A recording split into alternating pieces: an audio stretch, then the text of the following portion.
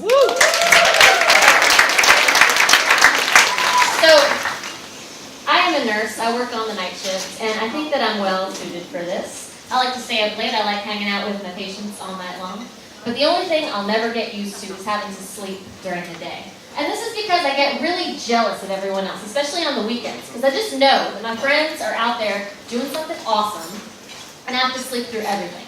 So sometimes I like to just lay down on the couch and sort of half sleep if there's something going on in my house, so I can still feel like I'm part of things. But this is weird too, because I have these half-awake kind of dreams. Like the other day, I had a very vivid dream that I was brushing my teeth and I woke myself up by spitting on my shirt. True story. So, a while ago, my friend Kelly invited me to go down the shore. And she knew that I was working the night before, but she was going to make it real easy for me.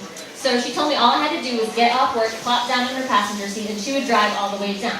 And she had actually rented a place in Cape May, so I'd be able to sleep for a couple hours on the way down. Now, I am relatively new in town, and I really wanted to go down the shore because I have figured out that this is something that you people like to do, and I'm trying to assimilate. Next year, I might try to go to the flower show. What is the deal with the flower show? Y'all go crazy for that thing.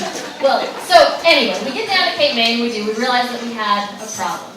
Kelly had brought her dog along, and we found out that it's illegal to bring dogs on most of the beaches there. So we went to a coffee shop, and I sort of put my head down on the table and went back to sleep. And Kelly went around and started asking some local people for advice. And apparently several of the people all told her to go to the same place. And this was a beach that was free. It was dog-friendly. You could bring beer there, and only the locals knew about it. So it sounded pretty great.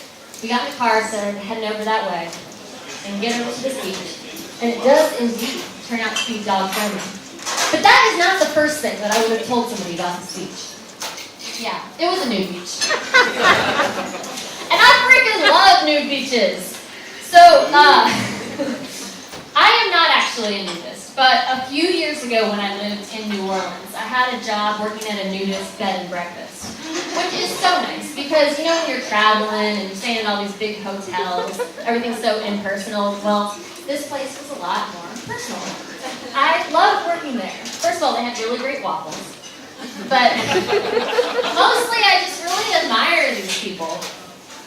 I don't know how many of y'all are 100% comfortable with every inch of your beautiful bodies. Not me. It's hard to like yourself in that way. But nudists seem to possess some kind of sacred wisdom of how to let go of that kind of insecurity.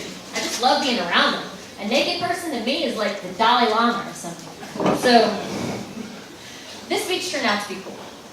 It wasn't crowded, and everybody who was there was observing perfect nude beach etiquette. For example, there was this one nudist guy splashing around about 50 feet away from us, and when he came over to say hi, he put his shorts on and come and chat with Kelly for a minute, and then he would walk a respectful distance down the beach and take his shorts off again. And I was mostly snoozing on my blanket, but I was sort of aware that this had transpired a few times. And then I become vaguely aware that some kind of a challenge is taking place in their conversation. And I hear Kelly say, "No way," and he says, "I bet you I can." And I don't really know what's going on, but then I see him dash off down the beach, taking his shorts off with some urgency this time. And he gets back into the water, starts splashing around, and then something happens. And he is so overwhelmed with excitement that he just starts barreling toward us. No time to think about his shorts now. And Kelly's like, "Freya, get up now." Because, as you can imagine, we're on sort of a collision course here. If I sit up too slowly in a few seconds, I'm going to be eye level with this guy's anatomy. And so it is too late. I'm so sleepy that I sit up, and he makes it to the edge of my blanket just in time for me to open my eyes, turn my head, and see. He's got this little tiny shark in his hands. I've never seen anything like it. It looks exactly like a real shark, but a miniature, and he caught it with his bare hands. Also, his penis was about 6 inches from my nose. The shark was so cute, guys. I couldn't believe it. Okay, that's all I got.